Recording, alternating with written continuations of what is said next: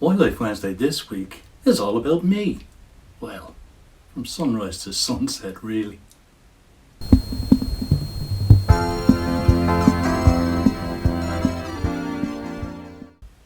Wildlife Wednesday this week is a little bit different from the regular episodes, insofar as I intend to talk not about a single species or even a group of animals, but about myself and my book From Sunrise to Sunset, and explain the background behind it, how it came about, the photos I've included in it, and how some of them were taken. And also some of the awards which some of the pictures have been lucky enough to win. But before I begin, I have an admission to make. I'm a terrible salesman, and self-promotion is not easy for me. Yes, I'll occasionally post something on social media about a new award which may land on my desk, but constantly promoting my work is difficult for me. So if this is true, how come I'm devoting a whole episode to myself and my book? Yeah, how come? Sorry folks, it's your man, he's back again. But let me continue.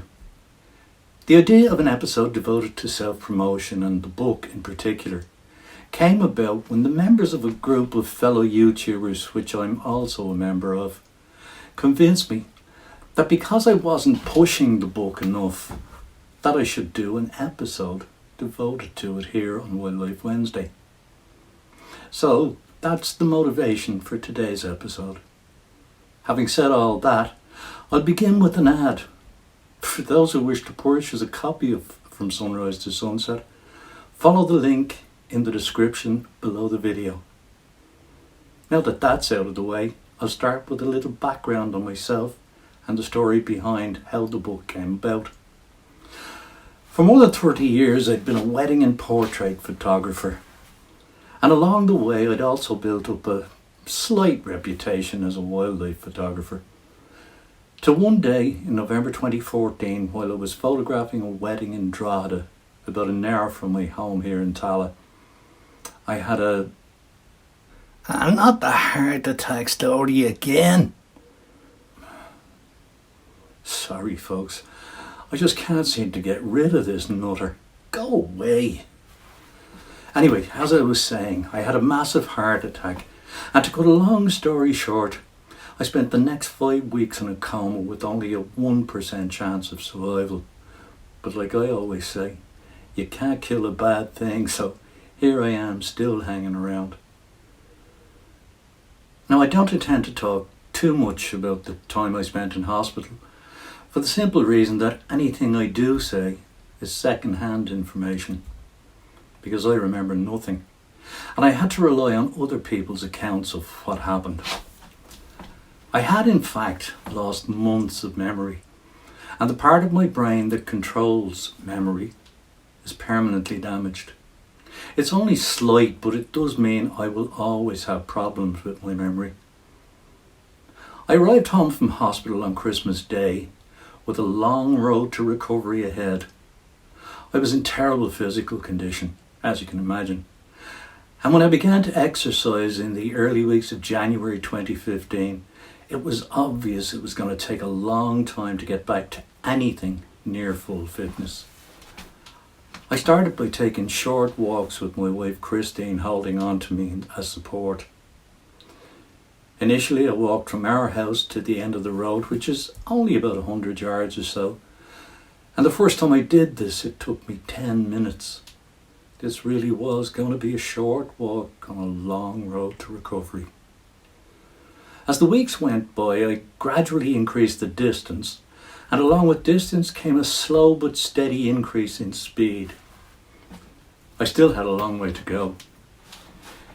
It was during the early stage of recovery that I started a bucket list, and top of the list was a wildlife photographic safari to the Masai Mara. It was something I'd always wanted to do. The advice I was given was to wait 2 years to get back to full health, or as near full health as possible, during which time I could plan my dream trip and then make the journey the following year. Now, having been told by one doctor that following this heart attack I had literally died 3 times. The idea of waiting 3 more years to fulfill a lifelong ambition was a no-no as far as I was concerned. In slightly less than polite terms, I said something like, "Stuff that for a game of soldiers. I could be dead in 3 years." So at the end of October, less than a year after that fateful day, I headed off to the Masai Mara. Now I think that's probably enough for one episode, don't you? The trip was 12 days in total, with 9 of those days spent photographing wildlife literally from sunrise to sunset. And that's the reason I chose this title for my book. Now I did promise at the beginning to talk more about the pictures, how they came about, and some of the many awards which I've won since coming back. So I'll go into the whole trip in more detail at some later stage. But for this week's episode, I'll leave you with some of the selected pictures I chose for inclusion. Some which made it into print and some which didn't. And as I said earlier, for anyone who'd like to buy a copy of the book, there's a link in the description below. For now, enjoy some of the selected images.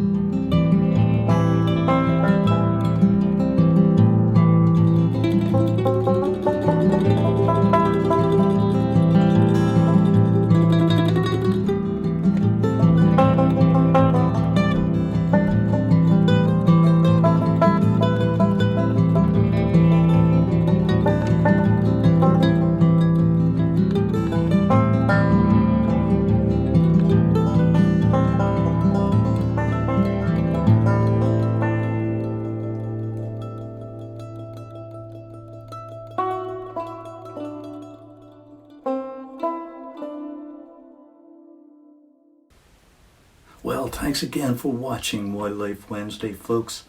I hope you enjoyed this week's episode, and if you did, I'd be grateful if you'd give it a like and subscribe to my channel.